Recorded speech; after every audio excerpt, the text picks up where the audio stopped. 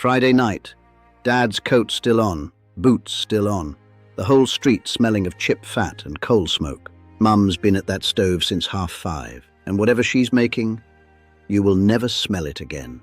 Let me show you 15 suppers that working families ate every single Friday night, and why every single one of them has vanished. Let's start where Friday really started for millions of British families, with a tin of dripping sitting by the stove. All week long, every roast, every fry-up, every bit of bacon, the fat that came off it went into that tin. All week long, every roast, every fry-up, every bit of bacon, the fat that came off it went into that tin. All week long, every roast, every fry-up, every bit of bacon, the fat that came off it went into that tin. By Friday, when the housekeeping money was at its lowest, Mum would take that dripping, spread it thick on bread, and fry it in the pan until the edges crisped up brown, and the whole kitchen filled with this deep, smoky, meaty smell. The whole kitchen filled with this deep, smoky, meaty smell. There was nothing else, just bread and fat. But here's the thing, that dripping had the flavor of everything cooked that week built into it. Monday's roast, Wednesday's sausages. It was the whole week on a slice of bread. Today you cannot buy proper beef dripping the way it used to be. The flavor has been standardized out of it. The tin by the stove is gone. The ritual of it is gone. For millions of working-class families across Britain, this was Friday. Not because they chose it, because that's what was left, and it tasted of home in a way nothing since ever has. If dripping was the Friday supper of the very poorest, tinned tomatoes on toast was the one that crossed every class line in working Britain. A tin of Heinz, a couple of slices of white bread under the grill. You'd heat those tomatoes in a pan, season them with a pinch of salt, maybe a shake of white pepper if you had it, and pour them over the toast so the juice soaked right in and turned the bread this deep orange red underneath. It sounds simple. It was simple. But there was a technique to it that every working class mum knew. You let it sit for exactly 30 seconds before you served it. Long enough for the juice to soak through, but not so long that the toast went completely soft. That timing. That's knowledge passed down through generations of women who had to make something from nothing taste like something worth sitting down for. Heinz changed their recipe in the 1980s. Ask anyone over 60 and they'll tell you it doesn't taste the same. That Friday supper is gone. Not because the tin disappeared, because what's inside it isn't what it was. Now here is a Friday supper that the younger generation has almost completely forgotten. And that is a genuine loss. Faggots were working-class food at its most honest. Pork offal, liver, heart, lung, minced together with onion, herbs and breadcrumbs, then wrapped in caul fat and baked until they were sticky and dark on the outside, and this soft, rich, almost pâté-like texture inside. Served with mushy peas, cooked down until they collapsed into this thick, khaki green mash with a little mint and salt, and a jug of thick onion gravy poured over everything. Served with mushy peas, cooked down until they collapsed into this thick khaki green mash with a little mint and salt, and a jug of thick onion gravy poured over everything. This was the Friday supper of the Midlands, Birmingham, Wolverhampton, Coventry. The factory towns where your dad worked 5.5 days and came home Friday night, wanting something that stuck to him. Mr. Brain's faggots in a tin came later, and that was the beginning of the end. Because when you can buy them ready-made, you stop learning to make them. And when the generation who made them from scratch is gone, they are gone. Most supermarkets in southern England have never stocked them. An entire regional Friday supper erased. Pan Haggerty is one that even many British people have never heard of. And that tells you exactly how thoroughly the northeast of England's food culture has been written out of the national story. It's a layered potato dish, thinly sliced raw potatoes, onions and strong cheddar, built up in a heavy frying pan with a little dripping or lard, cooked slowly on the hob with a lid on until the potatoes are soft all the way through, then finished under the grill to get that cheese bubbling and browning on top. In County Durham, in Tyneside, in Northumberland, this was Friday. Because it was cheap, it was filling, and it used everything that was already in the house. There was nothing to buy, specially. You just made it with what you had. In County Durham, in Tyneside, in Northumberland, this was Friday. Because it was cheap, it was filling, and it used everything that was already in the house. There was nothing to buy, specially. You just made it with what you had. The name comes from the old northern dialect. Haggerty, rough, uneven, humble. It described the texture of the potatoes once they'd cooked down. Even the name of it is honest about what it was. Nobody teaches this in schools. It appears in almost no cookbooks. The families who made it every Friday are in their 80s now. When they go, it goes with them. In the 1960s and 70s, a tin of sardines cost a few pence and lasted 2 servings if you were careful.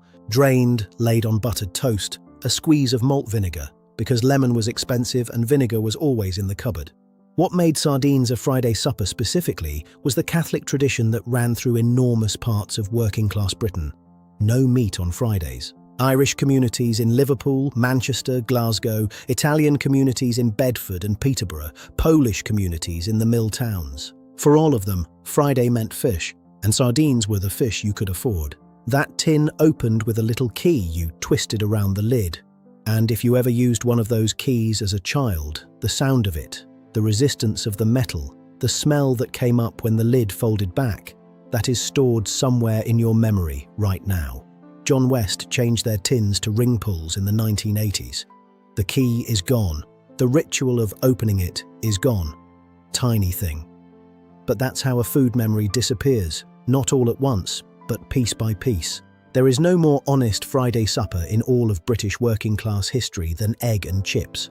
Proper chips, potatoes peeled and cut by hand, dried in a tea towel, dropped into hot lard in a deep pan. You'd know they were ready when they floated up and the edges went pale gold. 2 fried eggs alongside, yolks still soft, whites just set, the edges frilled and lacy where the lard was hot enough. White bread and butter on the side to mop up the yolk. This was Friday because it was quick, because it was cheap, and because it was the meal every child in the house would eat without complaint. No negotiation, no waste. Plates cleaned. The lard went first, replaced by sunflower oil, which doesn't smoke the same way, doesn't smell the same way, doesn't make the same chip. Then kitchen deep fat fryers were declared dangerous. Then everyone got air fryers, and each step away from that heavy pan on the hob is a step away from the chip that actually existed on a Friday night in 1968. At the end of the week, when money was truly gone, working families made bread and dripping soup. Water brought to a simmer, dripping from the tin melted into it. A thick slice of stale bread broken into the bowl. Salt. This is not a recipe that appears in any cookbook. It was never written down because the women who made it were not writing books. They were keeping families fed. It existed only in the knowledge passed between mothers and daughters in the back kitchens of terraced houses in Yorkshire and Lancashire and the Welsh valleys. The shame attached to poverty food like this meant people didn't talk about it openly. You fed it to your children and you didn't describe it as soup. You said you were having a warm-up before bed. You made it sound like a choice. That generation is nearly gone. And with them goes the recipe, the context, the quiet heroism of making something from a tin and a heel of bread and calling it Friday supper. A tin of corned beef, 4 potatoes, 1 onion. That is the full shopping list for a Friday supper that fed families of 6 across industrial Britain for decades. Potatoes boiled and broken roughly into a heavy pan with diced onion. The corned beef goes in last, crumbled through everything. The whole thing is pressed down flat and left to cook without stirring until the bottom forms a dark, crunchy crust. The flip was the moment. Everyone in the house knew the flip was happening because the smell changed. That bottom crust releasing from the pan, all that rendered corned beef fat coming back up through the potatoes, the onion going sweet and catching slightly at the edges, served with a fried egg on top if there were eggs, pickled beetroot on the side. Brown sauce, HP, always HP. Frey Bentos changed their corned beef formula in the 1990s. Anyone who grew up eating this will tell you, it is not the same tin. The texture is different, the salt is different, the fat content is different, the Friday supper exists. The ingredient it was built on does not. Pea soup, not tinned, not instant. Dried marrow-fat peas soaked overnight in cold water with a pinch of bicarbonate of soda to soften them. Friday morning, you'd cover them with fresh water, add a ham hock, and let it cook low and slow all day on the back of the stove. By the time Dad came home, that soup had reduced down to something almost thick enough to stand a spoon in. Deep green, smoky from the ham, with a heel of crusty bread to tear and dip. The ham hock came out, stripped of its meat, the meat went back in, and the bone was sometimes saved again for the next week's stock. Nothing wasted, not a scrap. That patience, starting Thursday, cooking all day Friday, that's a relationship with food that has completely disappeared. That soup is gone too. One Friday supper arrived from somewhere else and became adopted. Chips and curry sauce, made at home in the 1970s. A heaped tablespoon of Madras curry powder, always Madras, always the yellow tin, stirred through the onion until it bloomed and the kitchen turned golden with the smell. A tin of tomatoes, a pinch of sugar, simmered down thick, poured over chips made in the same dripping tin that had been on that stove all week. This was working-class Britain absorbing the world around it and making it its own. The same families who ate dripping on bread on Monday were eating curry sauce on chips on Friday. Not as an exotic treat, not as a statement, but as a normal thing that Mum made because it was cheap and the kids loved it, and it used a tin from the cupboard. That specific curry sauce, made from a tin and a yellow powder, is gone. Replaced by jars, by pastes, by supermarket sauces that are better in every measurable way and taste of nothing you remember. Bubble and squeak on a Friday night tells you something important about how working-class families thought about food. Nothing bought for one meal, everything carried forward. Monday was the roast. By Friday, what was left was cabbage or sprouts, pressed in a pan with dripping until the outside was dark and crisp. The name comes from the sound it makes in the pan, bubble and squeak. It has vanished because the conditions that created it are gone. Tripe and onions is the one that divides a room. If you are over 70 and from the north of England, you probably ate this and you probably remember it with either deep affection or complete horror. There is no middle ground with tripe. The stomach lining of a cow, dressed and cleaned by the butcher. You'd collect it on a Friday morning because the tripe man came on Fridays. Brought home wrapped in paper, simmered in milk with thickly sliced onions, seasoned with salt and white pepper, cooked low and slow until the tripe was tender and the milk had reduced into a thin, pale, almost creamy sauce. It was cheap because nobody else wanted it. It was nutritious because it was offal. It was filling because it was dense. And for families in Bradford, Halifax, Rochdale, Oldham, it was simply Friday dinner, the same as it had been for their parents and their grandparents before them. The last dedicated tripe shops in Britain closed in the early 2000s. The tripe man stopped coming on Fridays decades before that. Supermarkets never stocked it. And the generation that cooked it, the women who knew exactly how long to simmer it, exactly how much milk, exactly when it was done, those women are gone. Tripe and onions is not just a forgotten Friday supper. It is a whole world of working-class Northern England that no longer exists in any form. Now, we come to the Friday supper that every single person watching this will know, whether they're from Cornwall or Caithness, from Belfast or Barry Island. Fish and chips from the chippy. But not the way you get them today. The chippy in 1965 was a different place entirely. The fish was wrapped first in white paper, then in newspaper.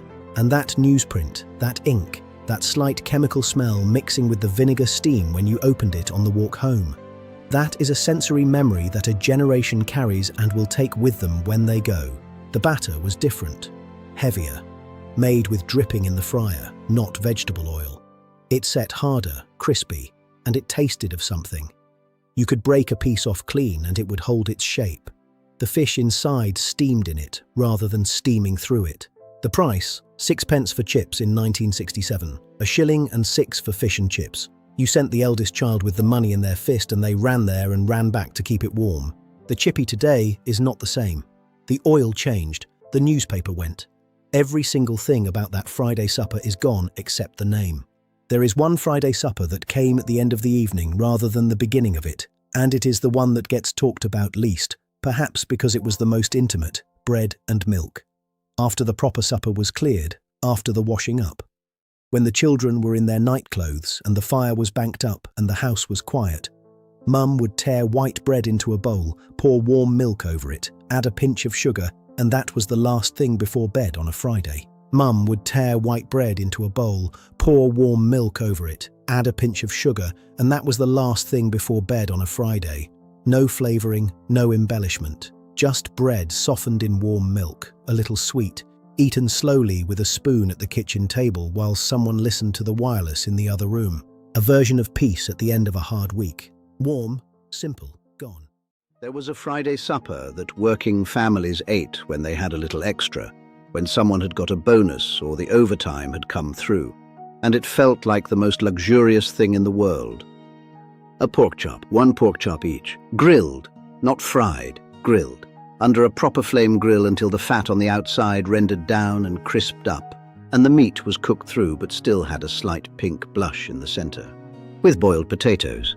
Not roasted, not chipped, boiled, with butter melted over the top and a sprinkle of parsley if there was any. And tinned peas, the marrow-fat ones, soft and khaki green, with a little of the liquid from the tin poured over as a rough sort of gravy.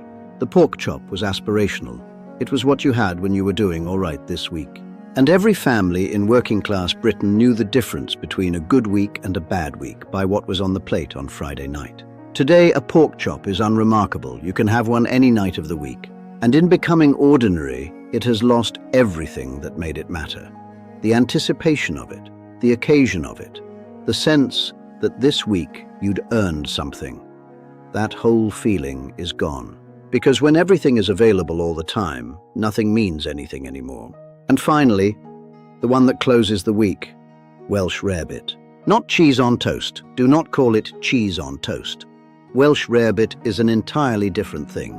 Strong cheddar, or more likely a strong Lancashire or Cheshire, whatever was cheapest and most mature, grated into a pan with a knob of butter, a splash of Worcestershire sauce, a teaspoon of dry mustard powder, and a little beer or stout if there was any. Stirred together on a low heat until it melted into a thick, glossy, deeply savoury sauce. Poured over thick-cut toast. Finished under the grill for 3 minutes until it bubbled and blistered.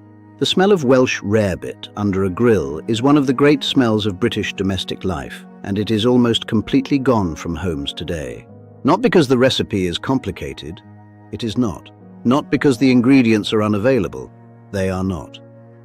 But because the knowledge of how to make it passed from mum to daughter on a Friday evening, that transmission stopped somewhere around 1985. And without the transmission, the dish becomes a recipe rather than a memory. And a recipe you found online is not the same as watching your mother make it and knowing, without being told, that this is what Friday smells like. In the end, it was never about the food. It was about the 5:30 smell coming from the kitchen, the sound of the pan, Dad's boots at the door. The week being over, these 15 suppers were not famous. They were not written about. Nobody made television programs about them. They were just what working families did every Friday, quietly, reliably, week after week, until one day they didn't anymore.